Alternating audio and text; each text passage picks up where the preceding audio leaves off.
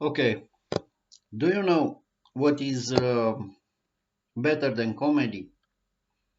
I'm talking good, intelligent, meaningful kind of comedy. Do you know what is better? Involuntary comedy. When it wasn't meant to be a comedy, it wasn't meant to be a pamphlet, when it is honest, sincere, raw, uncut, unphotoshopped, unairbrushed, without the makeup, without all the fake plastic and silicons, the real thing, the real moment of unrehearsed human emotion, meaning. And if all of these are also funny, that's an immense bonus. And if all of these are also educative and meaningful, that's something precious. That's a gem, how you say. I managed to produce something like that. This is an explanation for the next videos that you are going to see. Leo the Tyler, that's me. My name is Liviu Dudo. I'm Romanian, yet the name was too complicated in Canada for them. Leo the Tyler educating himself about the UN Security Council, the 5 permanent members and the other members, the possible changes and reforms that are needed, and the way the 5 permanent members, the veto, that they have the veto power, interact with each other. The one that they are there, theoretically speaking, to protect the world peace, sometimes to impose, to maintain the world peace and stability, and to prevent conflict, to prevent conflict. It was a video that I imagined doing it myself using the YouTube things that there are there available. For example, the very meaningful moment that you can find it on YouTube about the Cuban Missile Crisis. Unfortunately, because I'm not a very techy kind of guy, I didn't realize if I play it on the screen, it's not gonna be my video. I thought if I hear it here, you are gonna be able to hear it in the video in the same time with me.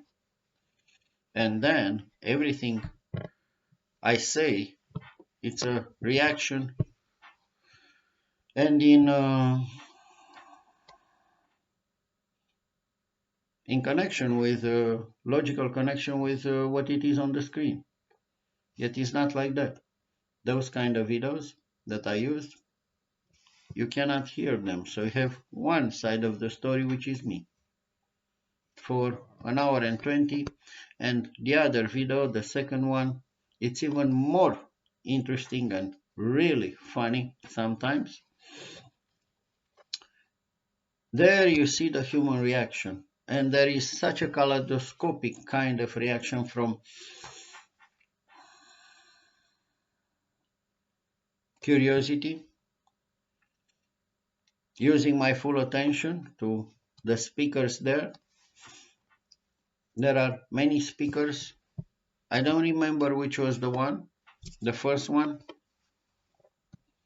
but speaker after speaker after speaker after speaker, sometime I mention them. There is for sure the American, the representative of UK, the representative of Ireland, the representative of China, the representative of Russia, that I make comments about their speeches, and some others from other countries. It would have been meaningful to hear their speeches and then hear my comments. However, it wasn't recorded like that. You cannot hear. So basically, it is a person, raw and uncut, unedited reactions of watching live the UN Security Council meeting about one of the most pressing problems of our times, of these weeks, this month, the Ukrainian, Russian, Ukrainian, European, NATO crisis at the border of Ukraine, because it's not an Ukrainian crisis. So, to my personal surprise, when I was watching today, I realized that, man, this is long. First reaction, this is long, almost 2 hours, an hour and 40 minutes. The second one, an hour and 20 minutes, the first one. Educating myself and then watching live in the same day. The real thing going on there at the United Nations. Without the speech there, this will be excruciating long and boring. I was ready to delete that. And then slowly I was looking at myself. Of course, I had in mind the speeches, and the part of the speeches I reacted at, and I realized that sometimes it's funny. You can see their frustration. You can see they're being completely bored by the people talking at the United Nations Security Council. You can see their, did I say frustration? I'm going to say it again, because every other speaker came and spoke exactly and mentioned more or less the same things like the previous kind of speaker. I was watching for half an hour, not one interesting and meaningful idea. Nobody laid down there a possibility, a path to peace. And then, of course, you see frustration. Yes, I'm going to say it again, frustration. Exasperation.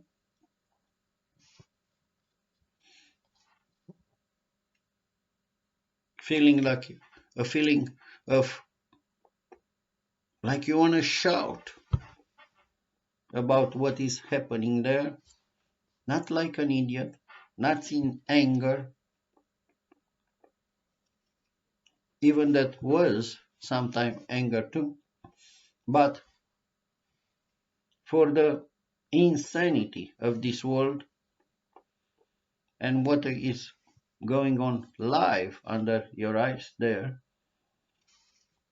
and the complete disconnect sometimes between those kind of speeches and the reality in the trenches, on the ground, in the refugee camps. I mention from time to time the human cost about their actions.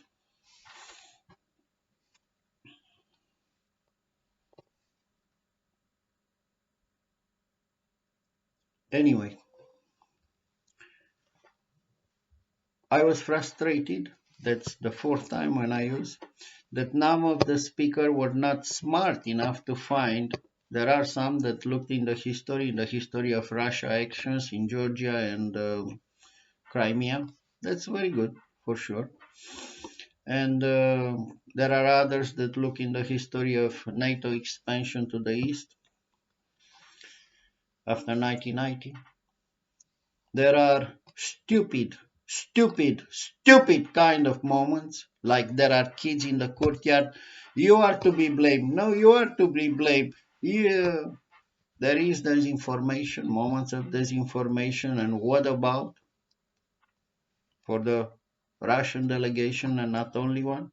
There is the Chinese delegation that comes there and no, we don't agree with the Americans. From time to time, maybe for the good of the world, you should agree with the Americans. Doesn't mean to buy all their bullshit or to accept all their bullshit. When they steal your money, you tell them to fuck themselves and pay the money back. Straightforward. No diplomacy here. Yet, from time to time, for the good of the world, maybe China in the Security Council should agree with America. But what a surprise! They don't agree with America. They like quiet diplomacy. Sometimes quiet diplomacy means we do nothing and don't talk about it. Forget about it. That's the quiet diplomacy. They condemn megaphone diplomacy, but where the fuck is your diplomacy? Where are the results? The results. Peace and security for our country, peace and security for our families. Is it your quiet diplomacy working for the last 8-10 years? That's a simple question from a sure Romanian guy with a strong accent that everybody believes he's an idiot. But the question is meaningful. Is your quiet diplomacy working? Maybe you need a change. Maybe you need sometime. I don't like megaphone diplomacy. I don't like people in the streets shouting,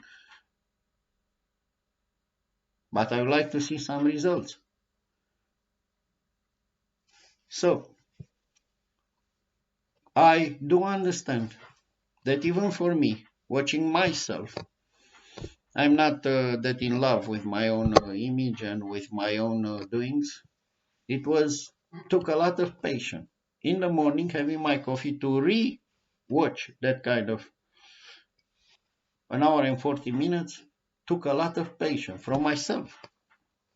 But I ask you to have that kind of patience and watch the videos because they are kind of unique Indian. I wrote there in the description is better than Andy Warhol. I said that art can save our mortal soul, can elevate us, can educate us. And let's talk about art. I knew that this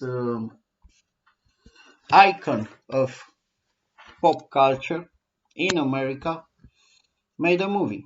I saw some parts of it when I was in Canada, and it was a feeling of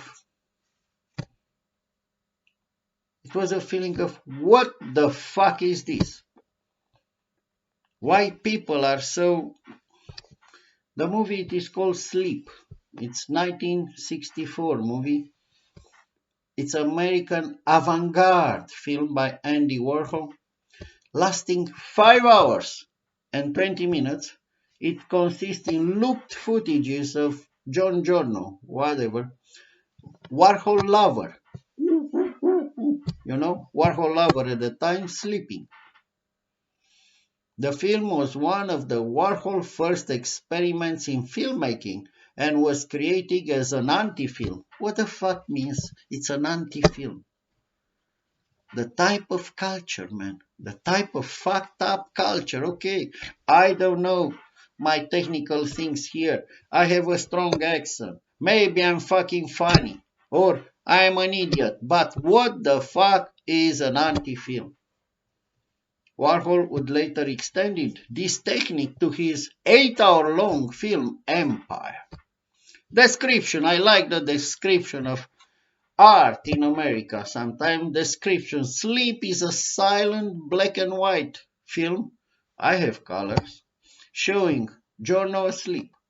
It is over 5 hours long, divided across 5 reels. Also, the lack of action gives the illusion of continuity. The film is sliced together from many shorter shots.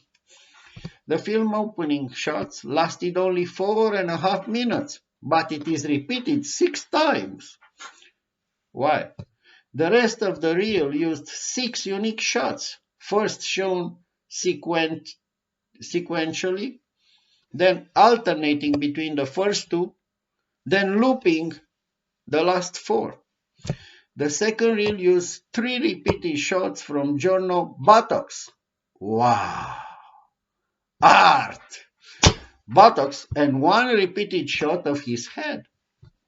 The third reel of Sleep used only a single 4.5-minute shot of Giorno sleeping on his back, looped for an hour and a half. Wow!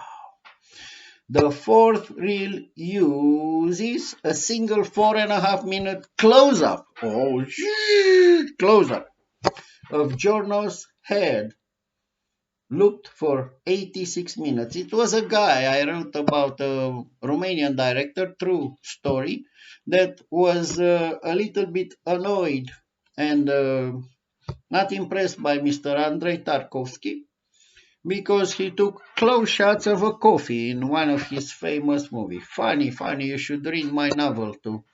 It's a description of this very interesting kind of dialogue about cinema in the East and in the West. And my novel, of course, I didn't advertise it in this one. Why we don't read Moromezzi? It's right here. Yes, I want to sell it. Can you imagine something that? In God I trust too, But for real, the second, okay, Giorno had looped for 86 minutes. So a single 4.5-minute close-up of Giorno head, no, it's like this, looped for 86 minutes.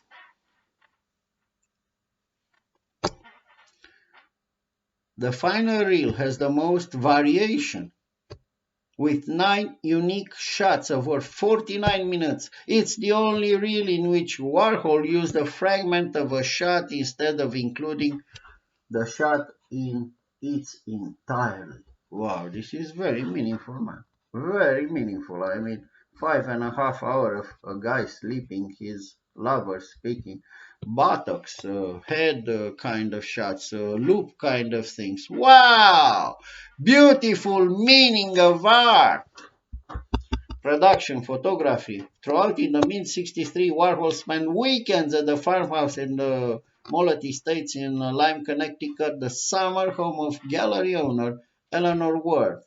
There, he began shooting footage of sleep. He used a Bolex 16mm camera, blah, blah. It limited him 30-meter reels that each lasted 3 minutes. He spent months trying to learn how to operate the camera effectively. It was pretty fucked up. Warhol ultimately shot 4 hours of footage, although Sleep only used around 30 minutes of it. And there is post-production and release. Sleep premiered on January 17, 1964, presented by blah blah at Gramercy Art Theater in New York as a fundraiser for Filmmakers Cooperative. Of the 9 people who attended the premiere, 2 left during the first hour. Critics and were in the audience, as Paul Morrissey, a friend of projectionist Ken Jepsen. Morrissey later became a frequent collaborator of Warhol when the Cinema Theater in Los Angeles held a surprise screening of Sleep later in this year. Audience members shouted at the screen and threatened to riot. Images of the film appear in later art work of Warhol. This 1965 sculpture, Large Sleep, used 2 successive frames from the film, arranged vertically on a sheet of plexiglass. Wow! Another plexiglass sculpture used 3 successive frames of Sleep, silkscreen in black ink with a red image on the other side. This work is now lost. Oh, it's lost for humanity. Film culture, this is reception, film culture voted to award Warhol its Independent Film Award for Sleep, Haircut, Eat, Kiss, and Empire, commemorating the 50th 50 anniversary of Warhol, Sleep, Finnish filmmaker, whatever, created a remake of the movie. Our meaningful kind of art is in good hands, and I am ironic here, obviously, with Mr. Elk Hunter on Spotify and that kind of art. We are really in good hands. Long story short, my only less than 2 hours Leo the Tyler movie, involuntary kind of comedy, meaningful, important. Leo educating himself about the UN Security Council. You should educate yourself about UN Security Council because maybe the UN Security Council needs some kind of reforms. It's not working for me. Is it working for you? Okay, good for you. Vote yes. Vote no. No reforms there. Only the nuclear power. Eh? And the other one, Leo watching live the debates, the speeches of the UN Security Council debating the Ukrainian crisis. It is the best piece of involuntary comedy I have seen in a long time. Not because I am in it and I made it. It was involuntary, but sometimes it's better than entire comedy central combined. It's better than fucking Seinfeld. It's better than fucking Friends that I wasn't able to watch. It is better than the stupidity of the guy that is sitting like that without having a surgery there. Love and marriage go together like desacralization of marriage. Everything highlighting, exaggerating everything that might be wrong in a marriage and in human character. And that's comedy. The 2.5 fucking retarded kind of friends. Every fucking joke has to has to be underlined from a choir of pre-recorded laughs. In Romania, we never had that. It is a comedy, you laugh. It is funny, you laugh. If you don't laugh, you don't laugh. If it's too intelligent a joke, you don't understand, you don't laugh. It's okay. Either you laugh, either you don't laugh. You have they press the button. They laugh there behind. That's a signal, It's a joke. Laugh. And so many other fucking examples that you have there. One more retardo than another. And you are from the country of Charlie Chaplin.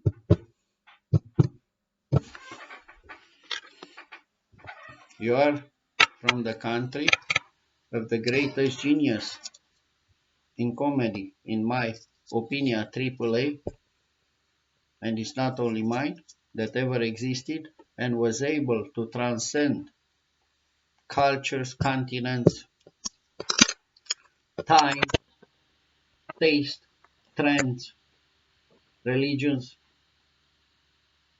all over this world. When Charlie Chaplin talks about modern time like this and working on a production line,